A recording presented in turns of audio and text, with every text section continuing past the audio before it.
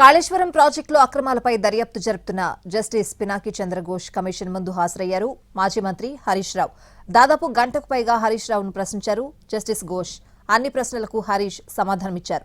తన వాదనకు సంబంధించిన ఆధారాలు కూడా సమర్పించారు. సుమారు 18 ప్రశ్నలను హరీష్ రావుకు సంధించింది కమిషన్.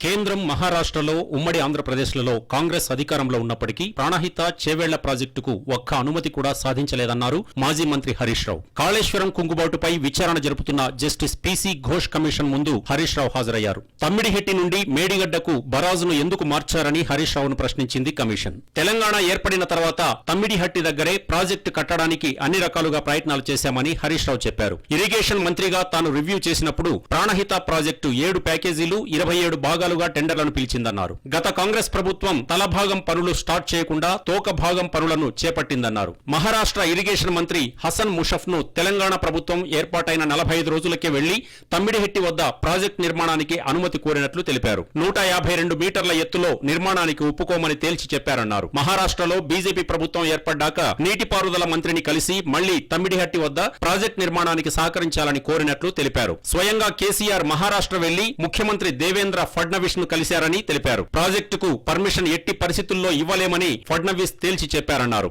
మహారాష్ట్ర ప్రభుత్వంతో జరిపిన మీటింగ్ మినిట్స్ ను కమిషన్ కు అందించారు హరీష్. కేంద్రంలో కాంగ్రెస్, మహారాష్ట్రలో, ఉమ్మడి ఆంధ్రప్రదేశ్లో కాంగ్రెస్ అధికారంలో ఉన్నప్పటికీ ఒక్క అంతర్రాష్ట్ర ఒప్పందం చేసుకోలేదన్నారు హరీష్ రావు. ఒక గుంట భూమిని కూడా సేకరించలేదని, తమ్మిడిహెట్టి వద్ద ప్రాజెక్టు నిర్మాణంలో కాంగ్రెస్ ప్రభుత్వం పూర్తిగా విఫలమైందన్నారు. సెంట్రల్ వాటర్ కమిషన్ తమ్మిడిహెట్టి వద్ద నీటి లభ్యత లేదని, ప్రాజెక్టు నిర్మాణానికి ప్రత్యామ్నాయం చూసుకోవాలని లేఖ రాసిందని ఆధారాలు చూపారు హరీష్ రావు. అదేవిధంగా సిడబ్ల్యూసి తమ్మిడిహెట్టి ప్రాజెక్టులో ప్రతిపాదించిన రిజర్వాయర్ల సామర్థ్యం కూడా సరిపోదని లెటర్ రాసిందన్నారు. ఈ క్రమంలోనే కేంద్ర ప్రభుత్వ సంస్థ వ్యాప్కోస్ ని బ్యారేజ్ నిర్మాణ స్థల ఎంపిక చేయాలని కేసీఆర్ కోరడం జరిగిందని, కేంద్ర సంస్థ వ్యాప్కోస్ లాడార్ సర్వే చేసి మేడిగడ్డ వద్ద నీటి లభ్యత ఉందని, అక్కడ ప్రాజెక్టు నిర్మాణం చేసుకోవచ్చని సూచించిందన్నారు. వ్యాప్కోస్, సెంట్రల్ వాటర్ కమిషన్ ఇంజనీర్ల సూచన మేరకు మేడిగడ్డ వద్ద ప్రాజెక్టు నిర్మాణం జరిగిందని కమిషన్ కు హరీష్ రావు తెలిపారు. నీళ్లు లేని చోట కాంగ్రెస్ ప్రాజెక్టు ప్రతిపాదిస్తే, నీళ్లు ఉన్న చోట బీఆర్ఎస్ ప్రభుత్వం ప్రాజెక్టును ప్రతిపాదించిందన్నారు. ఇందుకు సంబంధించి మహారాష్ట్ర ముఖ్యమంత్రి, ఆంధ్రప్రదేశ్ ముఖ్యమంత్రికి రాసిన లేఖలు,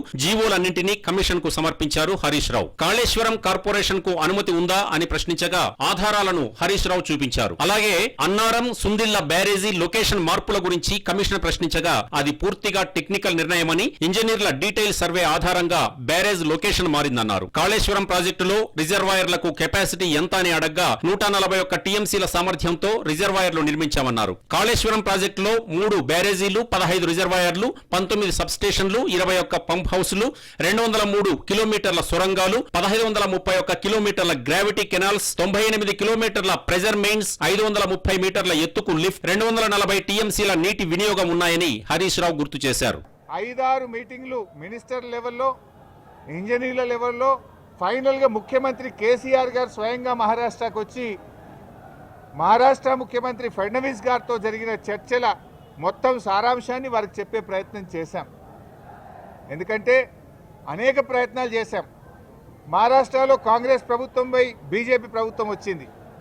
అప్పుడు గిరీష్ మహాజన్ గారు నీటిపారుదల శాఖ మంత్రిగా ఉంటే 2015 జనవరిలో నేను వెళ్ళి గిరీష్ మహాజన్ గారిని కూడా మీరు ఎంత నష్టపరిహారం అడిగినా ఇస్తాము, దయచేసి మాకు ఉద్యమాల్లో నుంచి వచ్చిన ప్రభుత్వం, నీళ్ల కోసమే తెలంగాణ ఉద్యమం జరిగింది, నీళ్లే మాకు జీవాధారం, మాకు తమ్మిడిహట్టి దగ్గర అనుమతించండి అని గిరీష్ మహాజన్ గారిని కూడా కోరాం. కాళేశ్వరం కుంగుబాటుకు సంబంధించి 2014 నుంచి 2018 మధ్య మంత్రులుగా పనిచేసిన ఈటల రాజేందర్, హరీష్ రావుల విచారణ ముగిసింది. ఈ నెల 11న మాజీ ముఖ్యమంత్రి కేసీఆర్ కూడా కమిషన్ ముందు హాజరు కానున్నారు.